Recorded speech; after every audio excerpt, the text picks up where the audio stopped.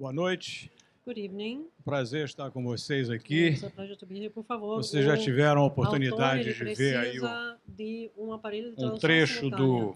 So you have been already do been filme, able né? to see part of a trailer O filme of the movie.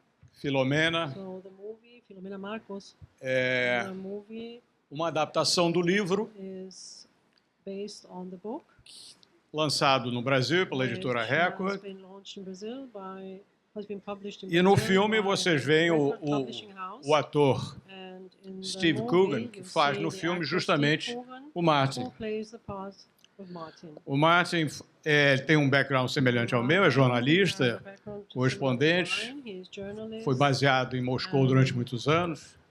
E depois que voltou para a Inglaterra, ele, numa festa, como essas coisas às vezes acontecem com o jornalismo, esbarrou numa história que no início ele recebeu algum ceticismo e essa história se transformou em Filomena ou Filomena no original, que basicamente, vocês já devem ter uma ideia, é uma história que envolve uma situação dramática num país muito católico, a Irlanda, a República da Irlanda, não confundir com a Irlanda do Norte, um país muito católico, muito tradicionalista, onde jovens, meninas que engravidavam eram tratadas com um repúdio absoluto e muitas delas iam parar em conventos para ter o filho.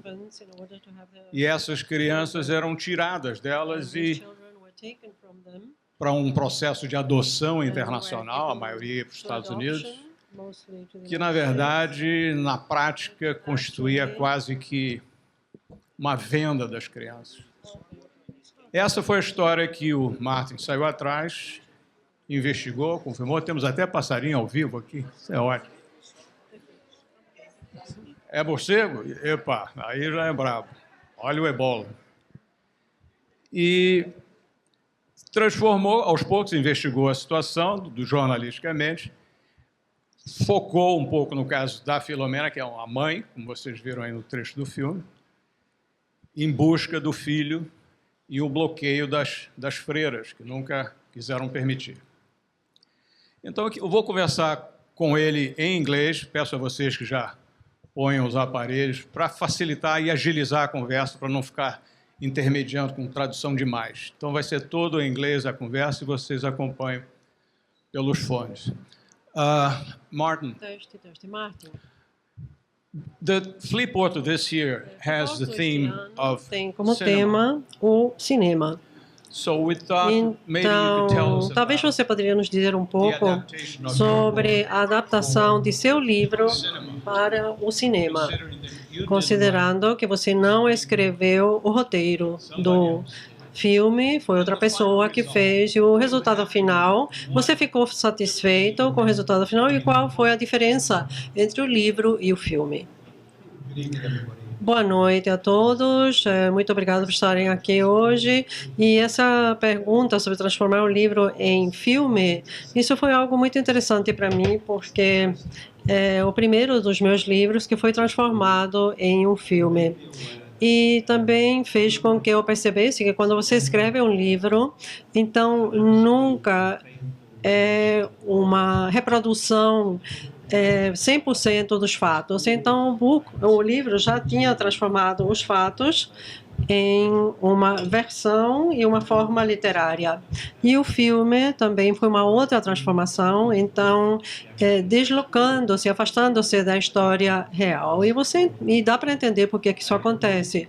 Porque em um livro você tem 400 páginas, você pode contar uma história muito complicada, muito detalhada, e no filme você tem 90 minutos, você precisa simplificar, e então você escreve. Eu não escrevi o roteiro, mas eu participei do desenvolvimento do roteiro, então eu concordei com as decisões que foram tomadas. Então eu sabia que nós íamos contar apenas uma parte da história, um aspecto da história, ou seja, a busca de Filomena pelo filho, e que não iríamos contar a outra parte da história, não iríamos contar o que aconteceu com o seu filho, uma história que é contada assim no livro. E a outra coisa é que o tom do filme realmente mudou muito em relação ao livro. O livro é um livro bastante sério sobre um problema social e emocional sério, mas o livro é muito mais leve do que isso, então tem muito humor e houve alguma mudança factual, alguma coisa que o filme tinha que não estava no livro? Sim. A coisa mais importante é que na vida real, quando estava escrevendo o livro, então eu fui por conta própria para os Estados Unidos, fiz toda a pesquisa por conta própria, mas no filme, quer dizer, o artefato dramático é que Martin, ou seja, eu, não é, o personagem, e Filomena, o personagem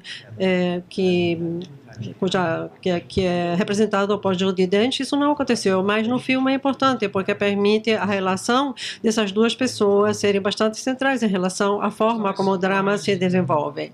Então, eu resumi, pelo que eu sei, a história do livro envolve situações onde mulheres jovens que engravidaram sem estarem casadas, naquela época, nos anos 50, 60, na Irlanda.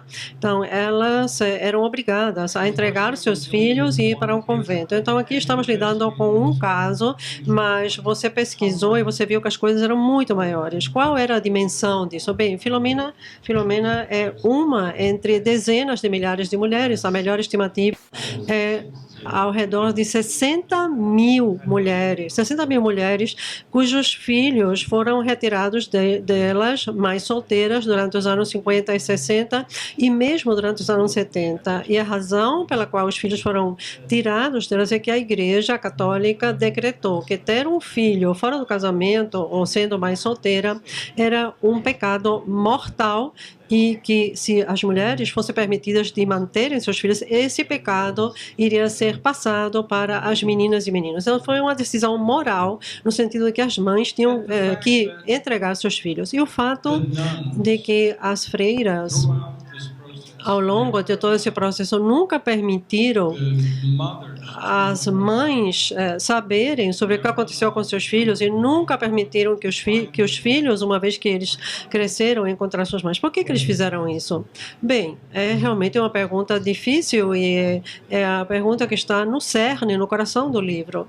Mas a minha opinião é que foi um sistema muito cruel, porque as mulheres, então, eram reclusas em um convento e ficavam ao cuidado das freiras, e as mulheres cuidavam de seus filhos durante os primeiros anos de vida deles. Então, houve laços maternos que são tão importantes entre uma mãe e um filho. Eles permitiram que isso fosse feito, mas ao fim dos 3 anos, as mães receberam a informação: bom, seu filho agora vai ser tirado de você. Os filhos eram retirados, eles foram dados para adoção, e muitos deles, incluindo também o filho de Filomena, Anthony, ele foi adotado por pais americanos.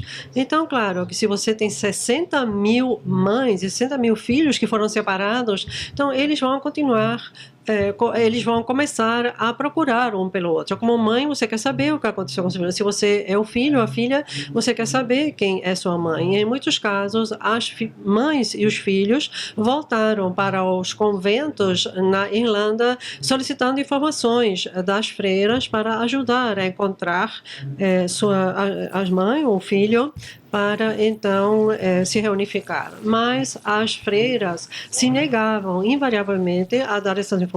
E a sua pergunta, por que as freiras fizeram isso? A razão oficial que a igreja dava era uma questão de confidencialidade, mas de fato eu acho que foi porque a Igreja Católica realmente estava com vergonha do que tinha feito durante essas décadas. Em termos materiais, realmente havia também a questão de processos legais ou indenizações pelo sofrimento prejuízo que tinha sido causado e, como resultado disso, os registros, os arquivos foram destruídos. Eles existiram, mas eles foram queimados. Também uma situação de que não foi feito só por boa vontade, né, essa adoção.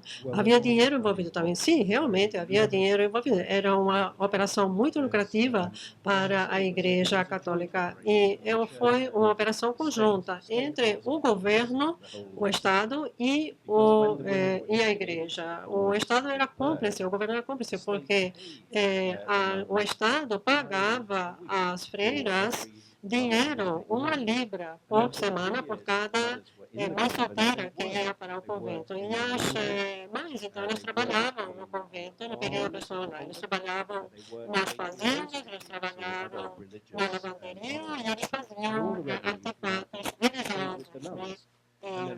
Trabalhavam com artesãos. E todo esse lucro ficava com as freiras. E quando os filhos eram retirados dos mães para serem dados de outros pais, também rendiam à igreja muito dinheiro, porque aos pais adotivos se dizia que, em troca dessa criança, então era esperada uma grande doação para a igreja. Então, ter o filho era um pecado, mas fazer dinheiro, ganhar dinheiro com o filho, não, na opinião da igreja, né?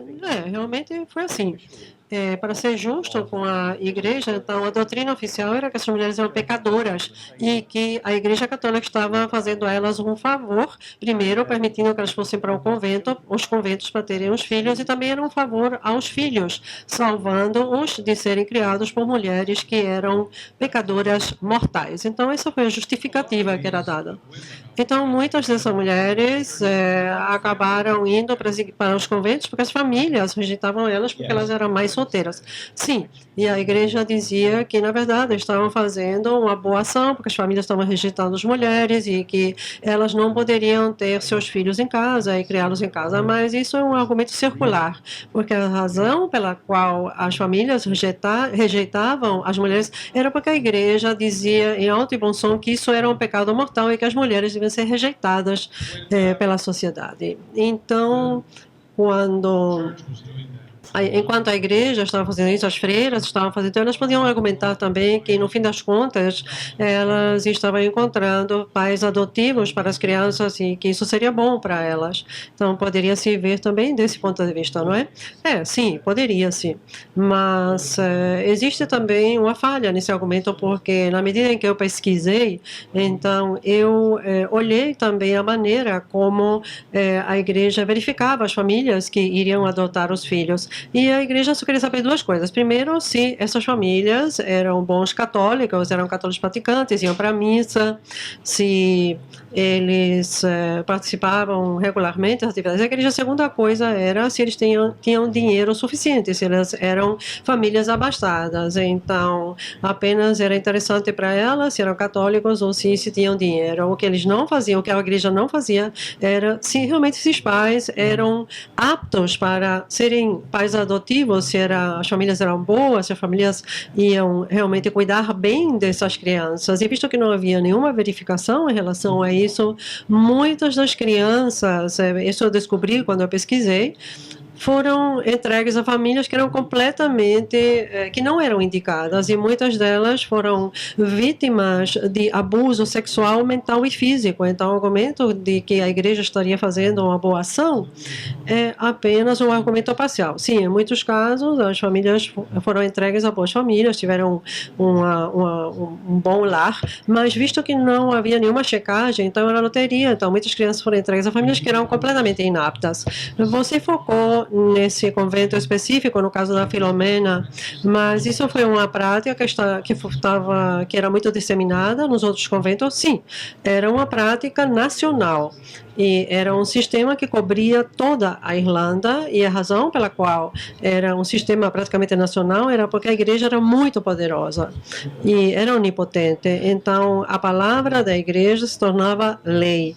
E havia pelo menos 7 ou 8 conventos que recebiam essas mulheres e eu falei que eram praticamente 60 mil mulheres cujos filhos foram retirados. Então, isso aconteceu no país todo. É interessante porque nós, ou seja, nós ouvimos sobre essas práticas estranhas, por exemplo, no Paquistão, no Afeganistão, hoje em dia, e nós ficamos pensando que isso é tão antigo, não é? E obsoleto e associado ao Islã. Mas aqui temos a Igreja Católica fazendo isso. Sim, eu devo dizer que isso foi nos anos 50 e 60, não é? No século passado. Mas ainda, quer dizer, isso faz parte da nossa memória. O que acontece no Islã, no Paquistão, Afeganistão, com mulheres jovens, é terrível. Mas, como dizemos em inglês, 2 erros não tornam a coisa certa. E o fato de que esteja acontecendo hoje em dia não desculpa aquilo que foi feito há 50 anos. Então, a cristandade quer dizer, um credo, uma crença que se considera, o cristianismo é uma crença que se considera moderna e atualizada, mas a história recente da igreja realmente nos mostra outra coisa. Como você mencionou, pensamos, logicamente, imediatamente nos escândalos recentes envolvendo a Igreja Católica e o abuso sexual praticado por padres, né, inclusive alta hierarquia da Igreja com garotos, não é? Então, você acha que essa prática de adoção de crianças nos conventos é tão trágica e tem a mesma dimensão que os casos de pedofilia? Bom, são 2 coisas diferentes, mas na Irlanda, hoje em dia, tem havido realmente publicidade para essas questões, ou seja, se está se falando disso publicamente, é uma história bastante ampla, as pessoas estão dando atenção a isso. Eu acho que muitas pessoas estão envolvidas do que os escândalos de pedofilia. E o Estado irlandês, o governo tem sido muito lento em responder a essa demanda por uma investigação. Eu acho que, claro que o governo, o Estado se preocupa em relação a ter que pagar indenizações, talvez, não é? Às mulheres, mas nos últimos 2 meses, realmente, o governo admitiu a realização de investigações sobre o que aconteceu nesses anos. Nós estamos falando aqui sobre a Irlanda, um país católico muito pequeno. Você tem alguma razão para pensar e acreditar que isso talvez tenha acontecido também em outros países católicos, alguns deles muito grandes, como, por exemplo, o Brasil? Bem, sobre o Brasil realmente não sei nada, e então eu não tenho nenhuma informação sobre isso, mas eu acho que deve ter acontecido em alguma escala menor na Grã-Bretanha, não é, na Inglaterra, e mais recentemente houve também um escândalo na Espanha, onde se descobriu, não sob os auspícios da igreja, mas que muitos recém-nascidos foram retirados de hospitais. As mães, foi dito que os filhos tinham nascido mortos, e os filhos foram entregues para pais adotivos. Então, deve acontecer em pequena escala hoje em dia, mas hoje na Irlanda, por exemplo, as leis de adoção são muito rígidas. Então, esperamos que esses são escândalos que pertencem ao passado. Mas se você esquece a história, existe o perigo dessas coisas acontecerem novamente. É necessário estarmos alertas para isso. Quando você descobriu a participação da Igreja Católica nisso, não apenas as freiras, mas elas tiveram o apoio da hierarquia eclesiástica, não é? Até onde ia? Bem, da alta hierarquia. Então, era um sistema que foi operado pela alta hierarquia. O arcebispo John Charles McQuaid, ele era o arcebispo de Dublin, a capital da Irlanda. Então, ele foi praticamente quem gerenciava todo esse esquema. Então, eu vi as cartas que ele escreveu, eu vi os arquivos. Então, ele realmente falava em detalhes sobre como todo esse esquema, todo esse sistema deveria ser operado. Ele falava sobre as doações, ele dava instruções sobre as doações, os controles que deveriam ser implementados para que as crianças não fossem entregues de nenhuma maneira a famílias protestantes, famílias evangélicas, apenas para católicas. Então, esse foi o critério mais importante subjacente a todo esse plano, a todo esse esquema, ou seja, não entregar as crianças para protestantes ou evangélicos. Eu encontrei também correspondência entre o arcebispo e o Vaticano, falando sobre esse esquema, sobre esse sistema. Então, houve realmente o topo da igreja, a alta hierarquia sabia disso e operava.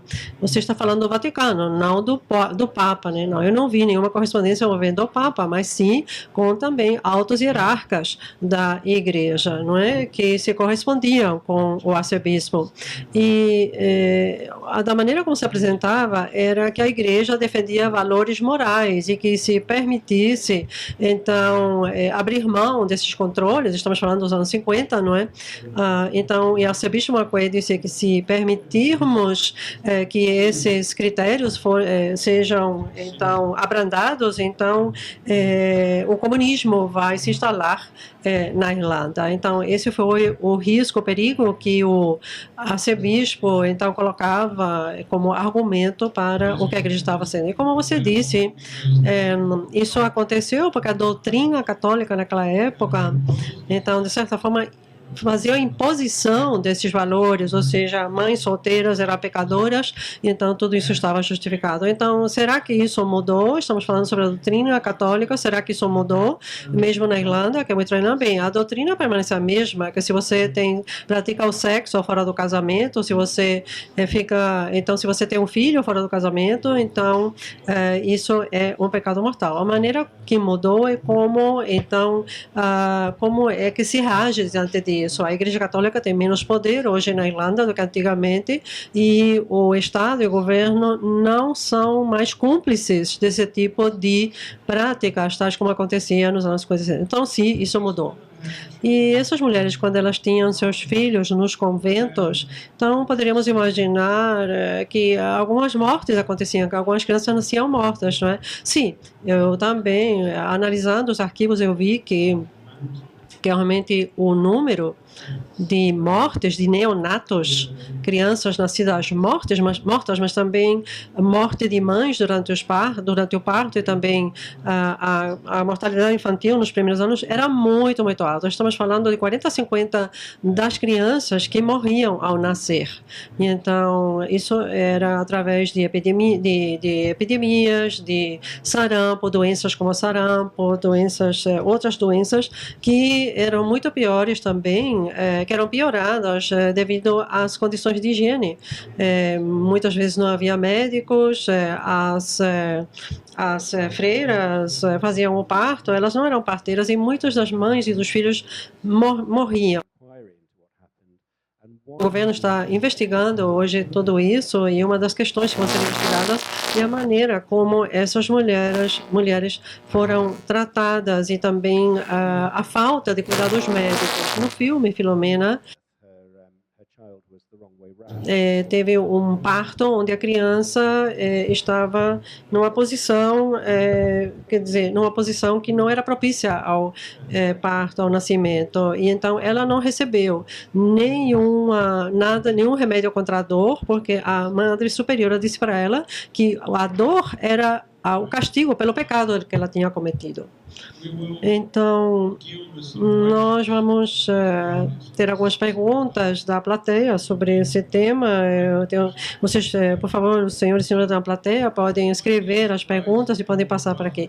Mas pode ser uma surpresa também para todos, e Martin está aqui hoje, que Martin também tem uma outra parte de sua vida que é muito interessante para nós conhecermos.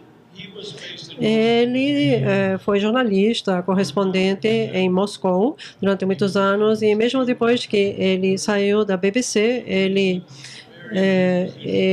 continuou trabalhando como jornalista, então ele está numa excelente posição para nos dizer o que está acontecendo lá, esse mistério para o resto do mundo que é o poder na Rússia hoje em dia. Quem é Vladimir Putin e o que ele está tentando fazer? Ele é um homem que realmente, ou seja, Martin pode realmente nos dizer o que está acontecendo. Eu vou aproveitar ele estar aqui hoje.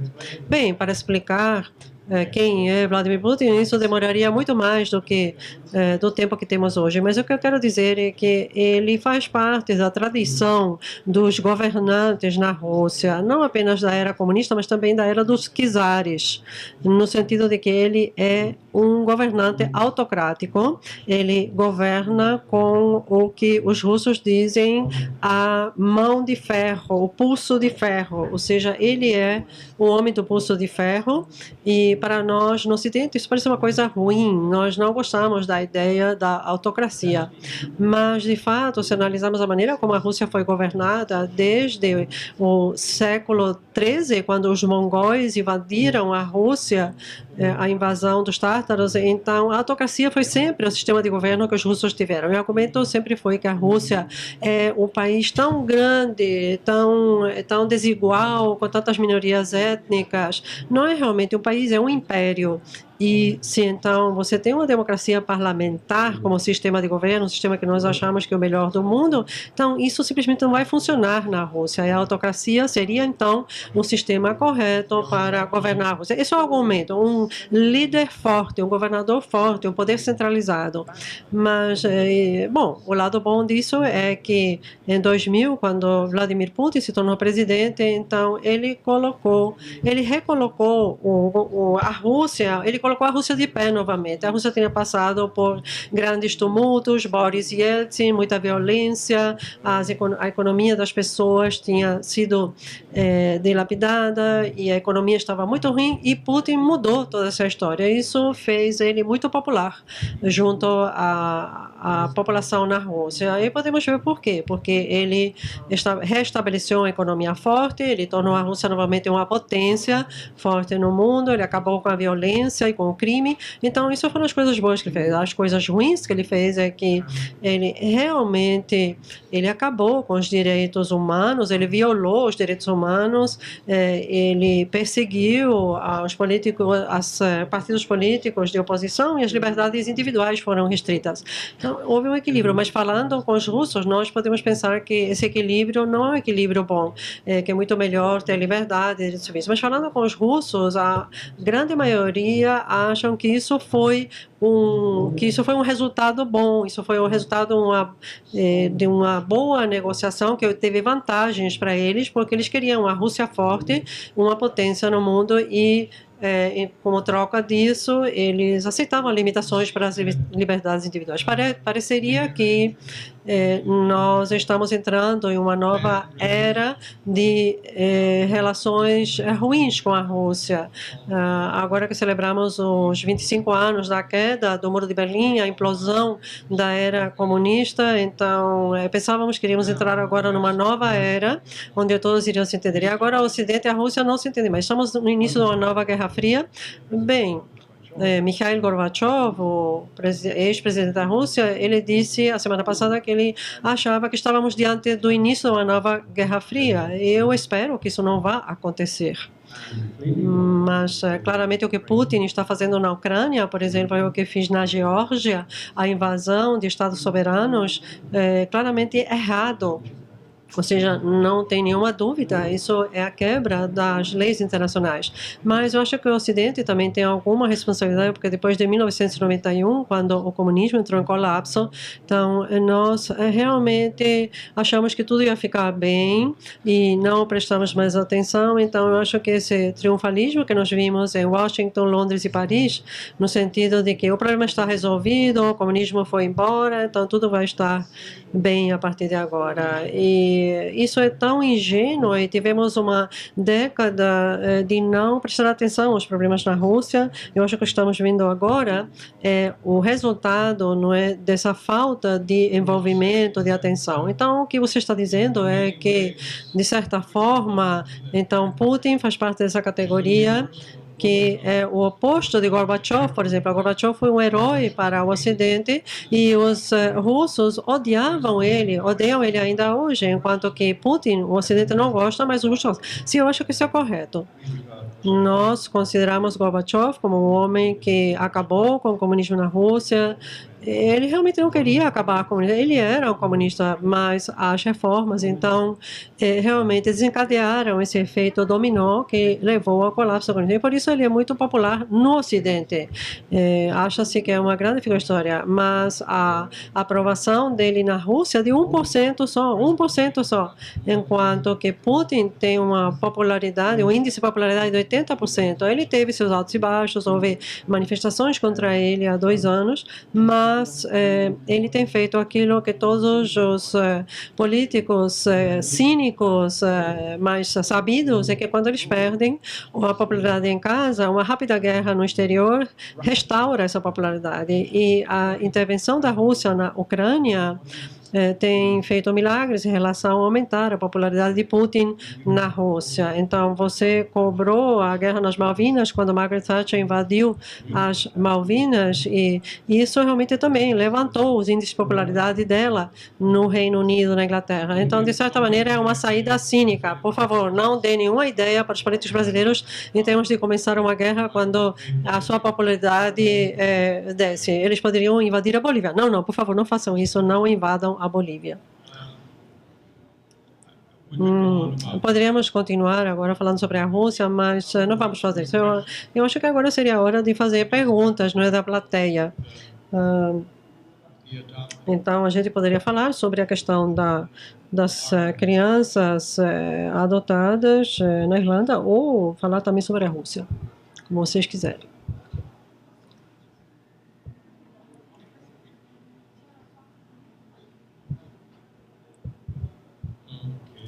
Muito bem, então vamos ver aqui.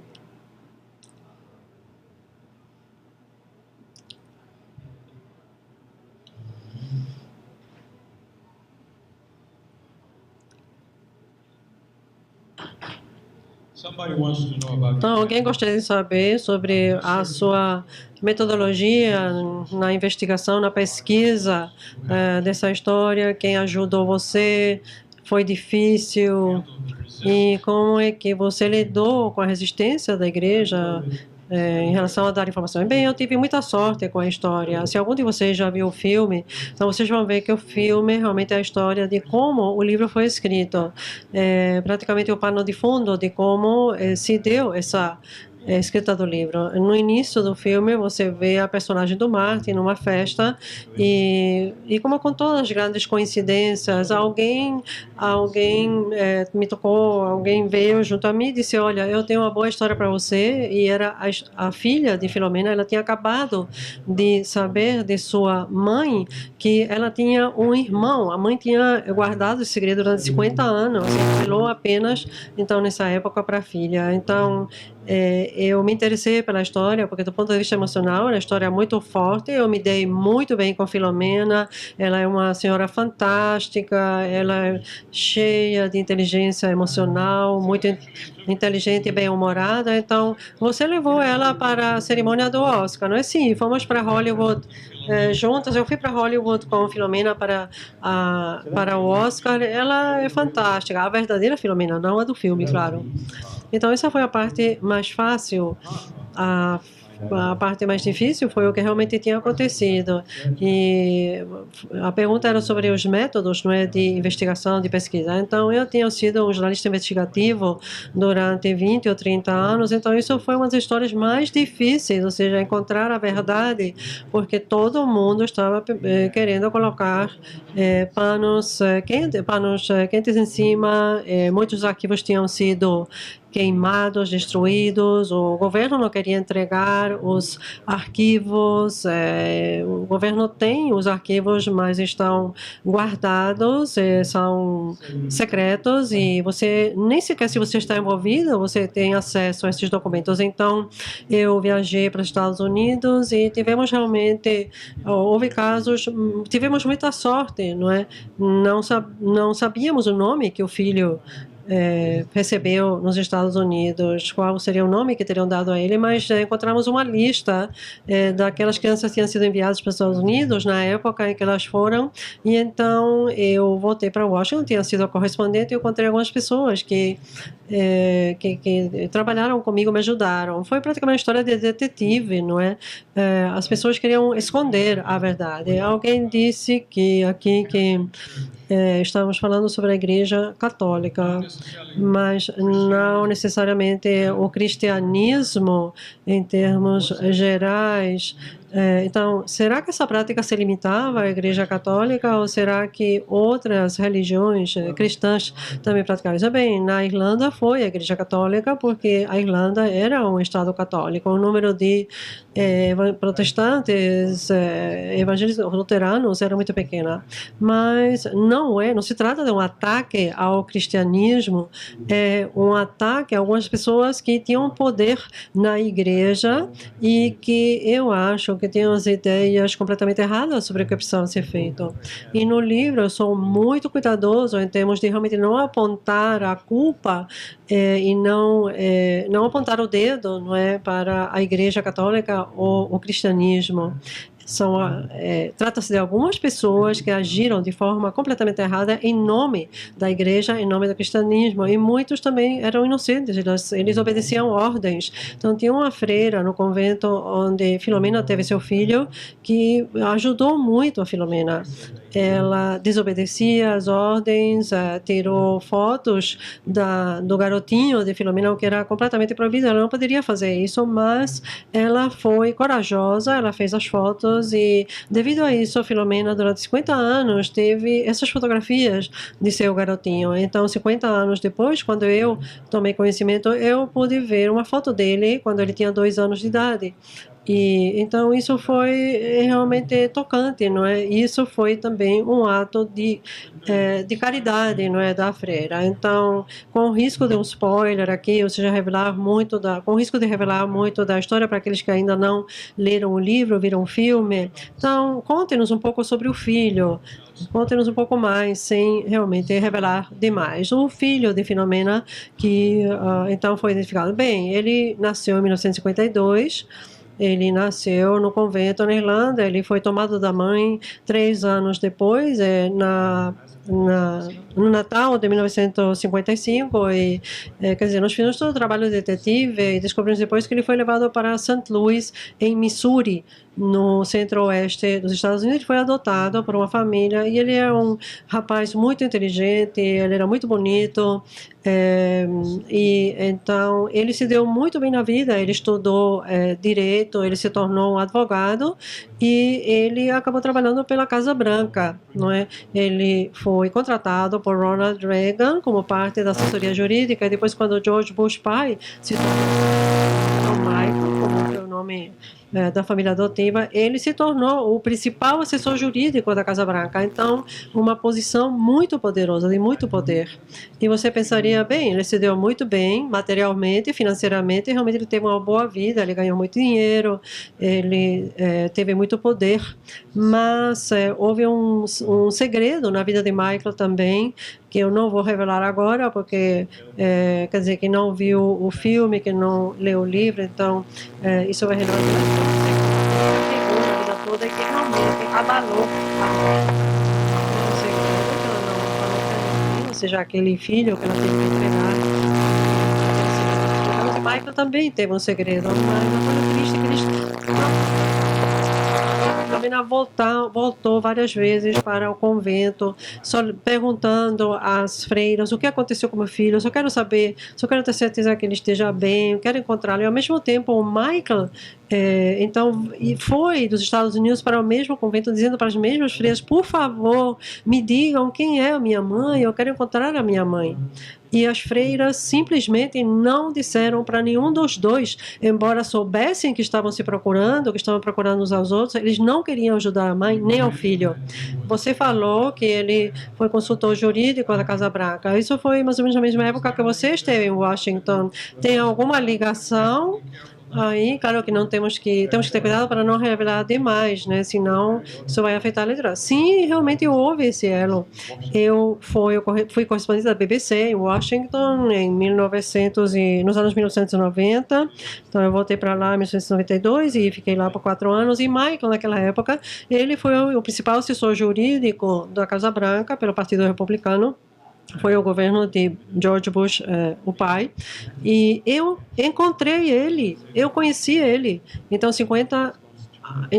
enquanto muitos anos depois, quando eu estava investigando e procurando a criança perdida, então eu vi que eu conhecia ele. Então, as coisas menos prováveis realmente aconteceram. Então, há uma referência aqui a um outro filme sobre as freiras católicas e em relação às irmãs Madeleine. É sobre o mesmo tema, não é a mesma temática? Sim, é sim.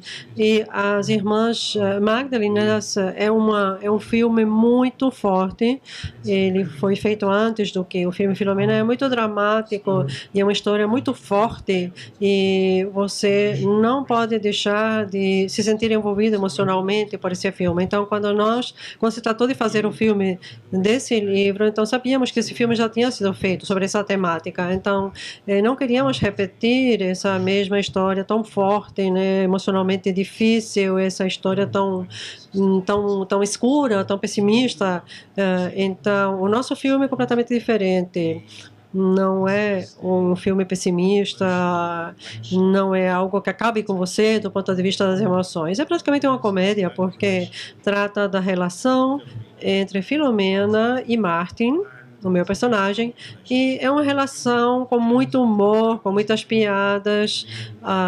Quer dizer, nem sempre foi assim na vida real, mas esse elemento do humor sendo introduzido ao filme, a razão, é para tornar essa história tão terrível, tão trágica, para torná-la mais palatável, mas também para criar um contraste, contrastando o drama e a tragédia com o humor e a humanidade. Então, eu acho que isso torna ambos mais fortes até. Sim, deveria ser útil lembrar à plateia que o ator que faz o seu papel no filme é um comediante, não é? Então, ele é muito conhecido na Inglaterra. Sim, ele é um comediante, mas ele tem sua própria tipo de humor, é um humor intelectualizado. E eu diria que o ator que me representa no filme é parecido comigo. Somos pessoas bastante difíceis, nascemos na mesma região do país, mas uma das grandes ambições dele é ser reconhecido como um ator sério. Como todos os comediantes, eles querem ser Hamlet, eles querem fazer papéis de Shakespeare, né, nos dramas de Shakespeare. Então, eu acho que ele veio isso como um caminho para se tornar um ator sério. E outra ambição dele foi ser reconhecido nos Estados Unidos, porque ele era conhecido na Inglaterra, mas não nos Estados Unidos. E ele conseguiu, porque o filme foi indicado para 4 Oscars e nós todos fomos para Los Angeles, para Hollywood. Ele agora está sendo reconhecido nos Estados Unidos e se tornou um ator realmente respeitado. Muito bom para ele. Então, a história que estamos contando aconteceu nos anos 50 e 60 e anos 70 do século XX, mas, pelo que sabemos, ainda estão acontecendo coisas como essas? Não, realmente não, né? Não na Irlanda. Eu acho que a legislação agora é muito rígida e esse mercado negro da adoção de crianças não pode acontecer. Eu ficaria surpreso se houvesse casos como esse ainda hoje. Bom, eu acho que nós temos tempo ainda para algumas perguntas e